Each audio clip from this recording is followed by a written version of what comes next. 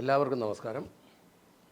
മക്കളുള്ള ഏത് മാതാപിതാക്കളോടും അവർ ശ്രദ്ധിക്കേണ്ടതായ ഒരു കാര്യം, പ്രത്യേകിച്ച് പെൺമക്കളുള്ള മാതാപിതാക്കൾ വളരെയധികം ശ്രദ്ധിക്കേണ്ടതായ ഒരു കാര്യം പറയാനാണ് ആഗ്രഹിക്കുന്നത്.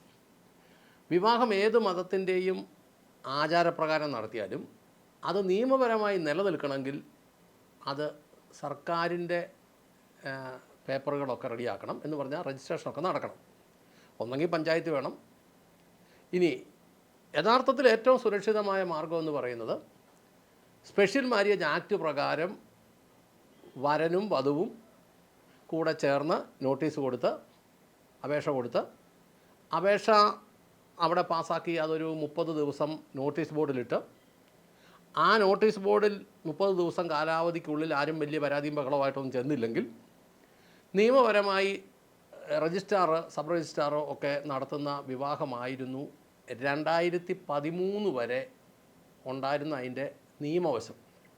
അങ്ങനെയുള്ള വിവാഹങ്ങൾക്കാണ് യഥാർത്ഥത്തിൽ നിയമസാധുതയുള്ളത്. ഈ മതപരമായ രീതി നടത്തിയാലും ഇത് പഞ്ചായത്തിൽ കൊണ്ട് രജിസ്റ്റർ ചെയ്യുകയൊക്കെ ചെയ്തില്ലെങ്കിൽ അതിന് നിയമസാധുത എത്രത്തോളം ഉണ്ട് എന്ന് ചോദിച്ചാൽ ഇല്ല എന്ന് തന്നെയാണ് സത്യം.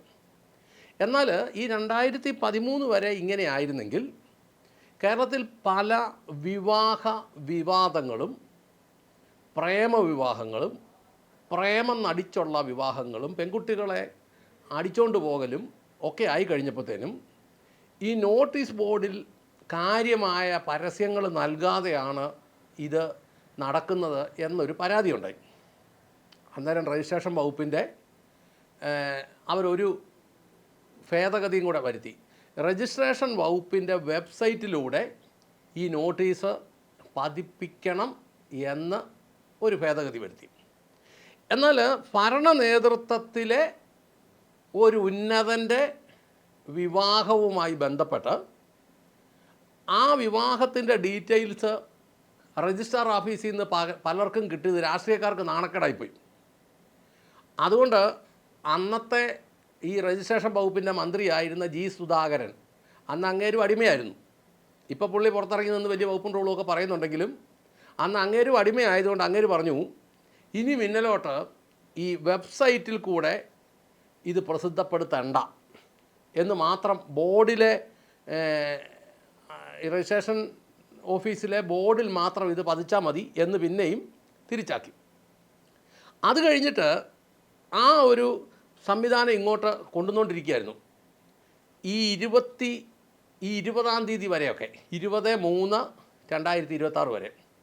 എന്നാൽ 21-3-2026 ഈ മാർച്ച് മാസം തന്നെ 21-ാം തീയതി തൊട്ട് ഈ രജിസ്ട്രേഷൻ വകുപ്പ് ഇതിനകത്തെല്ലാം കാതലായ മാറ്റങ്ങൾ വരുത്തി. മാറ്റങ്ങൾ എന്നാന്ന് ചോദിച്ചു കഴിഞ്ഞാൽ, വിവാഹ അപേക്ഷയിൽ അത് നോട്ടീസ് അപേക്ഷ കൊടുക്കുന്നതിനകത്ത് വരനും വധുവും ഒപ്പിടേണ്ടതില്ല. ഒന്നാമത്തെ ഭേദഗതിയാണ്. രണ്ടാമത്തെ ഭേദഗതി, നേരത്തെയൊക്കെ എന്ന് പറഞ്ഞാൽ ഒരു അപേക്ഷ കൊടുക്കുമ്പോൾ ആ അപേക്ഷ കൊടുക്കുന്ന വരനാകാൻ പോകുന്നയാളും വധുവാകാൻ പോകുന്നയാളും ഇവരുടെ അപേക്ഷയിൽ ഗസറ്റഡ് ഓഫീസറെ കൊണ്ട് സാക്ഷ്യപ്പെടുത്തണമായിരുന്നു ഈ ഫോട്ടോയിൽ കാണുന്ന ആൾ തന്നെയാണെന്നും ഇവരുടെ രണ്ടുപേരുടെ സമ്മതപ്രകാരമായിരുന്നു എന്നും ഒക്കെ ഉള്ളത് സ്പെഷ്യൽ മാരേജ് ആക്ട് പ്രകാരം കൊടുക്കുമ്പം ഗസറ്റഡ് ഓഫീസറുടെ സാക്ഷ്യം വേണമായിരുന്നു. ഇപ്പോൾ അത് ആ ഗസറ്റഡ് ഓഫീസറുടെ സാക്ഷ്യപ്പെടുത്തലും വേണ്ടെന്നാക്കി. ഇതൊന്നുമില്ലാതെ ആ രജിസ്ട്രേഷൻ വകുപ്പിൻ്റെ സൈറ്റിലോട്ട് ഇപ്പോൾ അപേക്ഷ സമർപ്പിക്കാം. ഇത് വലിയ പ്രശ്നങ്ങളുണ്ടാക്കും എന്നതാണ് സത്യം. വരനോ വധുവോ ഇവർ രണ്ടുപേരും അറിഞ്ഞില്ലെങ്കിലും ഇനി ഇവരിൽ ഒരാൾ അറിഞ്ഞ് മറ്റേ ഒരാൾ അറിയാതെയും ഒക്കെ വേണമെങ്കിൽ ഈ ആപ്ലിക്കേഷൻ വെക്കാം. കാരണം ആരോടും ചോദിക്കേണ്ട കാര്യമൊന്നുമില്ല. ഇപ്പോൾ ഉദാഹരണം പറഞ്ഞാൽ, ഒരുത്തന് ഒരു പെൺകുട്ടിയോടൊരു താല്പര്യം തോന്നിയാൽ അവളുടെ പേര് പറഞ്ഞ് അല്ലെ അവളുടെ ഫോട്ടോയും വെച്ച് അവൾ പോലും അറിയാതെ ഈ ആപ്ലിക്കേഷൻ കൊടുക്കാം. 30 ദിവസം കഴിയുമ്പോൾ ഇത് മച്ചുറാവും. അപ്പോൾ അങ്ങനെയാണെങ്കിൽ വേണമെങ്കിൽ ചില കൃത്രിമത്വത്തിലൂടെ ആ വിവാഹം നടന്നതാണെന്ന് വരെ രേഖകളുണ്ടാക്കാം. ഇതിപ്പോൾ മാർച്ച് മാസം 21-ാം തീയതി ആണ് ഇങ്ങനെയൊരു പരിഷ്കാരത്തിലേക്ക് രജിസ്ട്രേഷൻ വകുപ്പ് നീങ്ങുന്നത്. ഈ പരിഷ്കാരം ആർക്കു വേണ്ടി എന്നുള്ളത് നമ്മൾ ചിന്തിക്കുമ്പോൾ ഈ ഇലക്ഷൻ്റെ സമയത്ത് തന്നെ കൃത്യമായിട്ട് ഇങ്ങനെ ഒരു കാര്യം നടത്തിയെങ്കിൽ നമ്മൾ ആരും അറിയാത്ത എന്തോ ഒരടികളി ഇതിനടിയിൽ കൂടെ നടക്കുന്നുണ്ട്.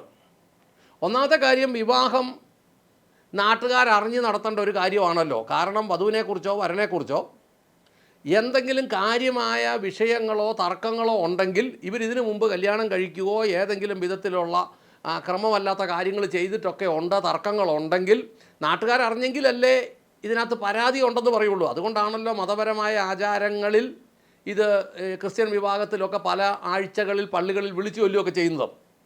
പള്ളികളിൽ ഈ വിവരം അനൗൺസ് ചെയ്യും, ആർക്കെങ്കിലും പരാതികളുണ്ടെങ്കിൽ അറിയിക്കാൻ വേണ്ടിയാണ്. അങ്ങനെ 3 ആഴ്ച വിളിച്ച് പറഞ്ഞിട്ടും പരാതികൾ ആർക്കും ഇല്ലെങ്കിൽ ആ വിവാഹങ്ങൾ നടത്തി കൊടുക്കുന്നത് എന്ന് പറഞ്ഞ പോലെ തന്നെ ഇപ്പോൾ അതെല്ലാം മാറ്റിയിട്ട് ഇത് വളരെ നോട്ടീസുണ്ട്, പക്ഷേ ആർക്കും എന്ത് വേണം ചെയ്യാവുന്ന പരുവത്തിലേക്ക് പോകുന്നെങ്കിൽ എന്താണ്ടൊക്കെ കളികൾ ഇതിൻ്റെ പുറകിലുണ്ട്. അത് നമ്മൾ പ്രത്യേകം മനസ്സിലാക്കുന്നത് മിക്കവാറും ഈ ഇലക്ഷൻ കഴിഞ്ഞ് പുതിയ ഗവൺമെൻറ്റൊക്കെ ഉണ്ടായി വരുമ്പോഴത്തേനും ധാരാളം പരാതികൾ ഉണ്ടാകാനുള്ള എന്തോ ഒരു കളി, എന്തോ ഒരു സാഹചര്യം ഇതിനിടയ്ക്കൂടെ ഉണ്ടായിട്ടുണ്ട്. ഈ അടുത്ത കാലത്തൊക്കെ പല പേരുകളും നമ്മൾ പല രീതിയിലും വിവാദങ്ങൾ പലതും പറഞ്ഞു കേൾക്കുന്നുണ്ടല്ലോ. ഒന്നാമത്തെ ചോദ്യം എന്ന് പറയുന്നത്, ഈ നിയമങ്ങൾ എല്ലാവർക്കും കേരളത്തിൽ ഒരുപോലെ തന്നെ അല്ലേ? അങ്ങനെയല്ലേ വേണ്ടത്? ഓരോ വിവാഹവും നടത്തുമ്പോൾ അതിനകത്ത് എന്തിനാ ഒരു രഹസ്യ സ്വഭാവം നിലനിർത്തുന്ന രീതിയിൽ ചില മാറ്റങ്ങൾ ഗവൺമെൻറ് കൊണ്ടുവരുന്നത്? കേരളത്തിൽ മുൻകാലങ്ങളിൽ നടന്ന പല വിവാഹങ്ങളും നമ്മൾ ഇതിൻ്റെയൊക്കെ പശ്ചാത്തലത്തിൽ നോക്കണം.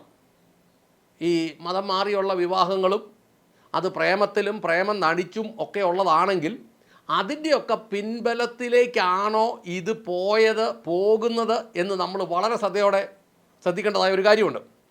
എന്തൊക്കെയാണ് ഇതിൻ്റെ ചരട് വലികൾ, അല്ലെങ്കിൽ എന്തൊക്കെയോ ചരട് വലികൾ ഇതിനടിയിലൂടെ നടക്കുന്നുണ്ടെന്നുള്ളതാണ് നമ്മളിപ്പോൾ മനസ്സിലാക്കുന്നത്. ഇത് വളരെ തെളിച്ച് പറഞ്ഞാൽ, നമ്മുടെ പെൺകുട്ടിയുടെ പേരിൽ നമ്മൾ പോലും അറിയാതെ, ഈ പെൺകുട്ടി പോലും അറിയാതെ ആർക്കെങ്കിലും വേണമെങ്കിൽ സബ് രജിസ്ട്രാർ ഓഫീസിൽ വിവാഹത്തിൻ്റെ പേരിലുള്ള അപേക്ഷ വെച്ച് അതിൻ്റെ നോട്ടീസ് അവിടുത്തെ ബോർഡിലിടാൻ കഴിയുന്ന ഒരു സാഹചര്യത്തിലേക്ക് കാര്യങ്ങൾ പോയി. കാരണം അത്രയും എന്തോ ക്രമീകരണത്തിന് വേണ്ടി കാര്യങ്ങളാക്കി കൊടുത്തിട്ടുണ്ട്. അതും ഈ ഇലക്ഷൻ കാലത്ത് തന്നെ അത്യാവശ്യമായിട്ട് തിരിച്ചു വന്നിട്ടുണ്ട്.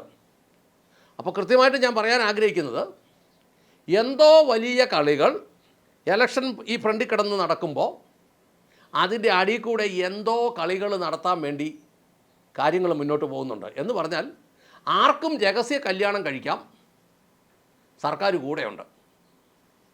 എന്നാ കാണിച്ചാലും വേണ്ടിയല്ല, സർക്കാർ കൂടെയുണ്ട്. ഈയിടെ കണ്ടില്ലേ, മോണോലിസയുടെ കല്യാണം നടത്തി കൊടുത്തു. മധ്യപ്രദേശിൽ അതിന് കേസുണ്ടെന്ന് പറയുന്നു. മധ്യപ്രദേശിലെ പോലീസ് ഈ ഇലക്ഷൻ്റെ ഇടയ്ക്ക് വന്ന് ഇവിടുത്തെ നടത്തി കൊടുത്തവരെ വല്ലതും പിടിച്ചോണ്ട് പോകുമെന്ന് പോലും നമ്മൾ ചിന്തിക്കേണ്ടി വരും. കഴിഞ്ഞ ചില കാലങ്ങളായി കേരളത്തിൽ നടക്കുന്ന പല പ്രേമ വിവാഹങ്ങളും എല്ലാം ചേർന്ന് അതിൻ്റെ ബാക്കി പത്രമായിട്ടാണ് ഇത് വരുന്നത്. എന്താണ്ടൊക്കെ കളികൾ ഇതിൻ്റെ അടിയിൽ നടക്കുന്നുണ്ട് എന്ന് ഓർമ്മിപ്പിച്ചുകൊണ്ട് നിർത്തട്ടെ. നന്ദി, നമസ്കാരം.